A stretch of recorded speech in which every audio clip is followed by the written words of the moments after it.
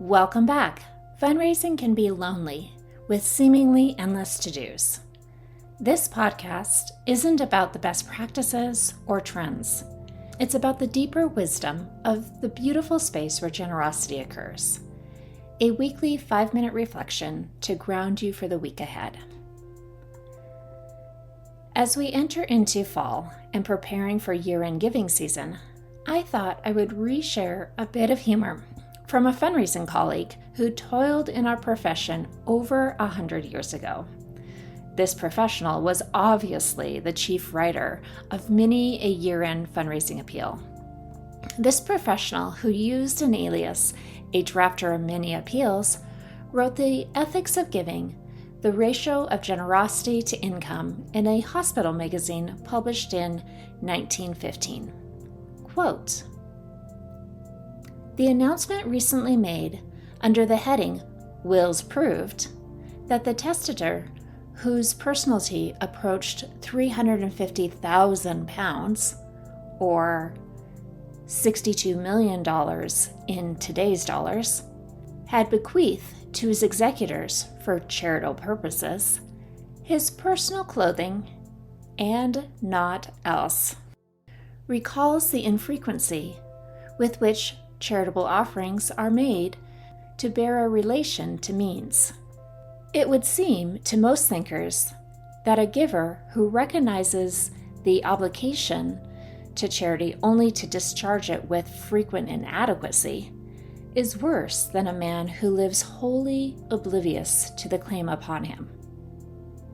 The drafter of many appeals ends the article with, "But the fact is that motives appear reason to explain voluntary action are usually difficult of discovery, and not in charitable spheres only. The application of benevolence notwithstanding, the efforts of disciplinarians and organizers will never rank among the exact sciences. It is among the trials of poor men generous of soul that they cannot satisfy the cravings of their most benevolent instincts.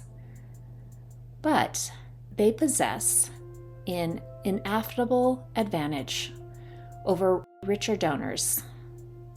They may obtain to self-sacrifice in giving, which seasons and glorifies the gift, and is impossible to those who merely transfer to charitable purposes a portion of scarcely realized superfluity."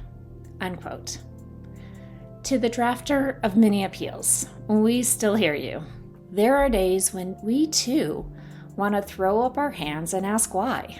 Why did they only donate used clothing, as this donor did? Or the sailboat that is not waterworthy? Did they not know that their generosity would cost the nonprofit? And yet, in the midst of the weird moments of fundraising, we also see the sacrificial donors who wish to join us in the work of our missions and wish that they could give more. Let's reflect on one question this week. When will you take time to find the humor in our fundraising work, perhaps through videos or cartoons focused on fundraising? Or maybe have a conversation with a colleague about their funniest moments in this profession. Share this podcast if you enjoy these 5-minute reflections and subscribe to receive these reflections released every Monday.